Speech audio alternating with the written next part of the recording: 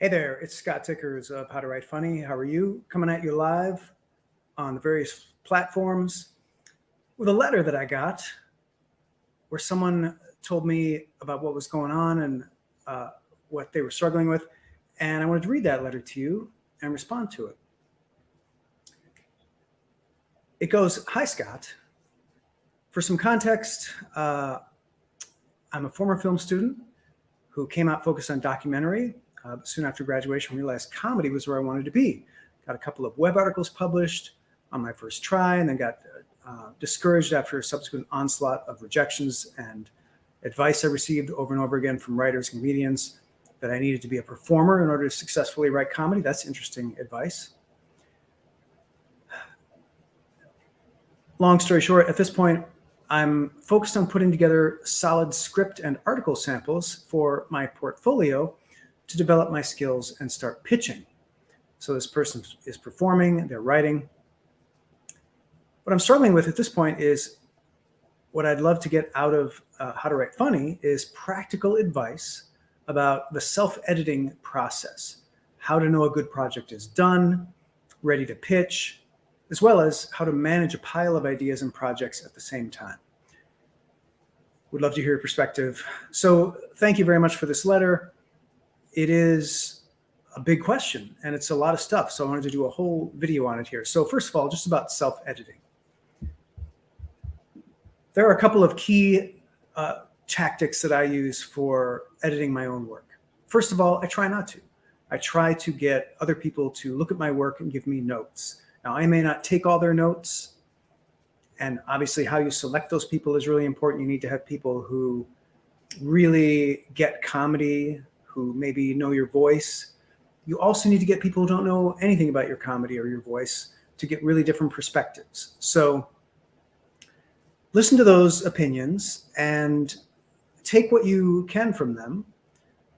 They may not know the solutions to problems, and you may not like their comments, but if the comments agree, if several people agree on the same thing, chances are it's probably a problem area and you should work on it. So let's say they say it's too long. 4 out of 8 people say it's too long. It's too long. You want to have a certain amount of a foundation of confidence in your own material, but feedback like that, you kind of have to take it. It's like, well, okay, it's just a reality of the audience that I need to shorten my work, for example. So, but let's say I don't have my feedback group handy and I can't critique it. But there's an easy feedback group for you on the How to Write Funny Facebook group. Just go to, I think it's Facebook group /How to Write Funny. I'll put the link below this video. You don't have to be in one of my courses to join. That's my free group. And there's a ton of professional writers in there, and they love looking at other people's work and giving feedback on work. So there's really, unless you're like in the jungle and you have no internet access, there's really no reason why you shouldn't at least reach out to the Facebook group to get feedback on your work. But let's say you are in the jungle and you can't, and you have no way to get anyone else to look at your work. The next best thing is leave your work fallow for a week or two till you kind of forget about it, and then look at it with fresh eyes. Look at it as if you're an audience member. That's going to give you a really good perspective on it, because audiences are tough. Like, audiences they have short attention spans. They're not stupid. So when you look at your work as if you're the audience instead of yourself, you need to fall out of love with it. If you've fallen in love with it, you need to distance yourself from it. Just pretend you're an audience looking at it. What do you think? What do I think of this? And be incredibly crass, because when we watch a movie or we watch comedy, we're crass. We're like, I thought it sucked, So dare to give your own work that criticism. That didn't do anything for me, sucked. That's great criticism, constructive criticism. If you have, again, I'll use the example of 8 people giving you feedback on your work, and 2 out of the 8 say, it sucked. Listen to that. Like, that's very important. Listen to the strongest negative votes on your work. Those are very important because they're probably the closest to what the audience really thinks, because the audience doesn't know you. They're not being friendly. The other people in your feedback group are being too friendly. they're reading it all carefully and they're saying, well, I really think this part here could be better. That's not how an audience is going to look at your work. And ultimately, that's all that matters. How's the audience going to look at it? They are going to be flippant and crass and prone to just, it sucked. So keep that in mind. It's very important to keep that in mind. And is there a way beyond that? Not really. So if you have to self-edit, let's say you're on a deadline. Let's say you got, I don't know, a spot in a showcase and you're on tonight and you have to self-edit in the next few hours. You don't have time to wait a week or two and you don't have a feedback group to send it to because you live in the Congo. Well, now what you have to do is harness all of your comedy editing skill that you've gained from getting feedback in the past and from waiting a week or two when you've had the opportunity to do that, and try to edit your work in a couple of hours. Put yourself in the mindset of the audience. Be really critical. Be really crass about it. Be prepared to say, this all sucks, Now, the danger there is that some people are going to spill over into self-sabotage, self-hatred, and they're going to be like, everything I do sucks. You can't have that attitude. Ideally, try to tap your inner multiple personality disorder part of you and have one part of you be the clown and one part of you be the editor, and try to make them work together. The clown is going to say, well, this is pretty good. I think this is okay. You've got to go with that voice for the majority of it, especially on a short deadline. The editor can take over and the editor can say, this all sucks. Don't do any of it. It's awful. And that'll cripple you. You'll cancel the showcase. You won't do the work and you'll give up on everything. You can't have that. What you need is a nice balance. You need a little bit of, this is pretty good. I think this is okay. And a little bit of, that's no good. As long as you have both, and as long as you're being fair and you've got one foot in each camp, you're going to be in good shape and you're going to be able to edit it. The main thing you're going to want to be concerned with in a short time period is length, simplicity. Is it gettable? So much comedy that people write, especially when they don't get feedback on their comedy, they just write it themselves and then try to present it to an audience, is that it's too complicated. It's too dense. They're trying to accomplish too much. There's too many ideas all at once. That's far more common a problem. I would say that happens 8 out of 10 times. Far more common than the opposite problem, which is it's too simple. Too simple is rare. Usually simple is good. Keep it simple, keep it gettable, one thought, one idea at a time. You're going to be good. So that's my thoughts on self-editing. Hi, Adrian. Thanks for joining. About getting an idea ready to pitch. So I'm going to post a video in a couple of days here of a Zoom meeting that I did at the Second City's new film school, the Harold Ramis Film School, about pitching. I posted this video a while back, and it was a while back, but that was a different presentation. Same slideshow, but it was like a different talk. And so I'm going to post this video where I give this talk on my thoughts on pitching and how to pitch successfully. And at the end of that talk, I do a live Q&A with the class. So they pitch their ideas to me and we talk about like, is this a good idea? Is it ready to pitch? And it's like an hour and a half or 2-hour video. So it's a monster load of information about pitching packed into one video. I hope you'll enjoy that. They all signed releases in the class to give me permission to post it on the channel here. So I'm excited about that. But in lieu of that video, like I said, I'm going to be posting that in a couple of days. I just want to give you a sort of brief rundown on when an idea is ready to pitch. Generally, I think pitching is not a great position to be in. Hollywood is a very political place.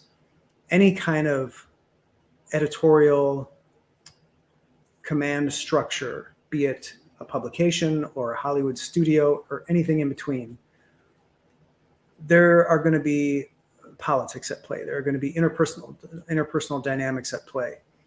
And context is everything in comedy. So you want to control that context as much as possible, not just between you and the audience, where you want to control their experience as much as possible, it's a puppet show where they're the puppets and you're the puppet master. And the way the best comedy works is when you control the audience, decide when they're going to laugh, how hard they're going to laugh, and you take them on this nice roller coaster where you give them a little lull and you bring in the big laughs, et cetera, et cetera. But the same thing is true in a pitching situation, because when you pitch somebody who could possibly buy your work or, buy your show or buy your article, whatever the case may be, you're performing and you're managing that audience just like you would a crowd, like the end audience. So you need to be good on your feet. You need to be engaging and pleasant and funny. You need to know your stuff, know your material, always have other ideas. Because typically when you pitch, people don't like what you pitch and they say, what else you got? So you need to be ready with something else. But you want to be conscious of that experience that you're taking them on one level. So that's one level of dynamic that you need to be conscious of. There's a deeper level that's even more important to be conscious of, and that is the interpersonal dynamics between you and the person. So I often say, well, Martin Mull said it, I think, originally, and that is that Hollywood is like high school with money. And truer words about Hollywood were never spoken. It's a popularity contest. It's a bunch of cliques. It's the popular kids versus the unpopular kids. It's the alphas versus the betas. And when you go in and pitch something to someone else, you are putting yourself in the beta position. You are asking someone, please buy my thing. Please give me money to make my thing. And that's just a losing situation to get in. Yes, people sell pitches.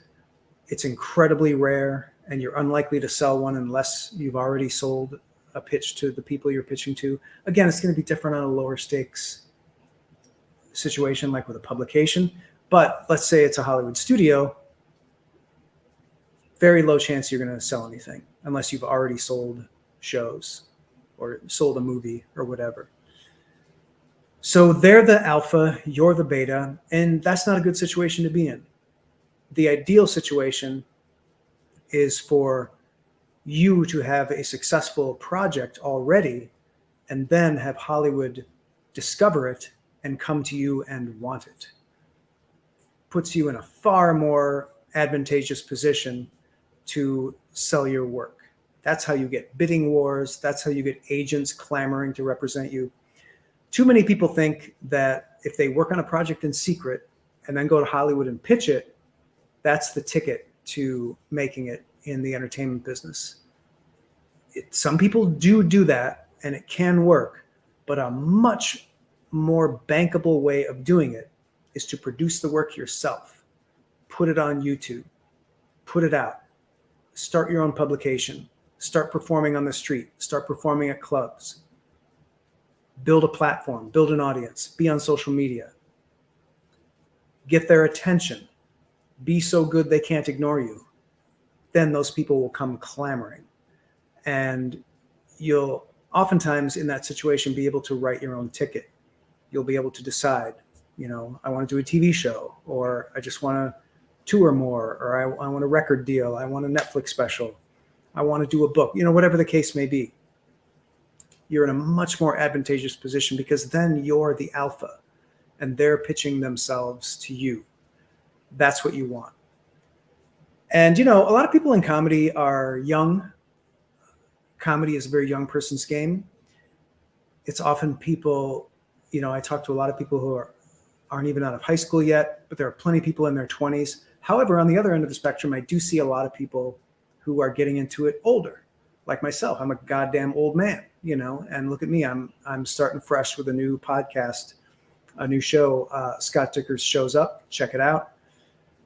And so I'm in the same boat as a lot of you, because most of my career I've started a comedy project or a brand and I've built it up, and it's always been anonymous, and then I've moved on and done the same thing elsewhere. I've never really done something under my own name until now. So again, I'm in the same boat. Like, I don't have a big social media following. I spent my career building social media followings for the brands that I was servicing. and that I created, like The Onion, was the big one, the AV Club, and ONN, and then before that, my comic strip Jim's Journal. So you need to be out there and you need to be putting stuff up. And if you're young, you have all the time in the world, because sometimes this can take, 5-6 years to build a platform. If you really hurry, you can build a platform in less time than that. But if you're older, like, ask yourself, what do you want your life to be about? Do you want to do comedy for real? Maybe you worked in a corporate job your whole adult life and now you're tired of that and you want to do something fun. You can still do it. You can do it in your spare time. It doesn't matter how old you are. The tactics are the same. You have to put in the hours. You have to put in the years. It's just like saving money in a savings account. You have to start at some point. Don't delay. Start doing it now. So you could spend the next 5 years pitching ideas and getting really disheartened by all of the rejection, or you could spend the next 5 years building your own thing. And maybe after that 5 years, people are going to be coming to pitch you, not just people who want to maybe write for you or produce your work. There's all sorts of pitching that happens when you put yourself out there like that. But that's the advantageous position I recommend being in. And so how do you know when your idea is ready to pitch? When other people are pitching you to be involved in it. That's when it's ready. When agents are pitching you because they want to represent you. When development executives are pitching you because they want to turn your idea into a show, et cetera, et cetera. That's when you're ready. Hugh, thanks for the messages. I'm glad you're trying to build a platform for your next book. It's a great idea. For a book, the best platform to have is an email list. So start working now on some kind of freebie that you can give away. It's called a lead magnet in the business, so that people will sign up to your list to get something free. Like you could give away your other book, and that's the way to get them on your list. And you're mostly building a Clubhouse platform. That's good. I think Clubhouse is interesting. It kind of had its moment. And then the owner, or the guy who developed it, I don't know if he's the owner, but the guy who developed it, you're getting tons of emails about that. That's great. He changed some of the algorithm on Clubhouse, so it's a little different now. But, any platform you can get on, the newer ones, the better. TikTok's moment, I feel like, is almost gone, though it still is a great place to blow up. You see, the people who blow up are the people who post consistently, and they post the same quality of video. And then once in a rare moon, they'll have a video that really goes viral, and their followers will tick up. And of course, that translates to Instagram and the rest of it, because once you get a following one place, it's pretty easy to encourage people to follow you otherwise. But for a book, you got to get those people in an email list, because you can really use that when you put out a new book and let everybody know. In fact, my advice is, I'm going to put all this in my How to Write a Book course that I'm working on now, but you got to give away more stuff for free. Like, don't worry about selling the book. If you have an email list, it's a good idea to just give everybody who signs up to your list your books for free. Just give them to them for free. And then ask them, hey, could you leave a review? Because that's going to encourage strangers who aren't on your list to buy your book. And they might get roped into your funnel where they sign up to your email list, get your other book for free, et cetera, et cetera. It's giving away stuff for free that's really the ticket nowadays online with building a platform and marketing. I just made a deal with this podcast promotion company to promote my new podcast. So I'm in the same boat. Like, I'm in the same boat as you guys. And I'm learning a lot of these interesting tactics for promoting work online. And it is a lot about giveaways. Like, what of value can you give to an audience to get them to sign up to your thing, to subscribe to your channel, or leave a review for your book? You're always asking audiences to do things for you. And it's a tough ask, because nobody wants to do anything. They just want to be entertained for free. So you have to give them stuff, and you have to give them, a free book or a free show or extras. You see how it works on Patreon, where people have levels on Patreon where if you're, what did George W. Bush used to call his levels? He had some pretty funny names. I can't even remember what they were. But if you're like the VIP at the top level, the highest level donation on Patreon, you would get maybe all sorts of inside footage, extra interviews, bonus short stories if you're writing a book,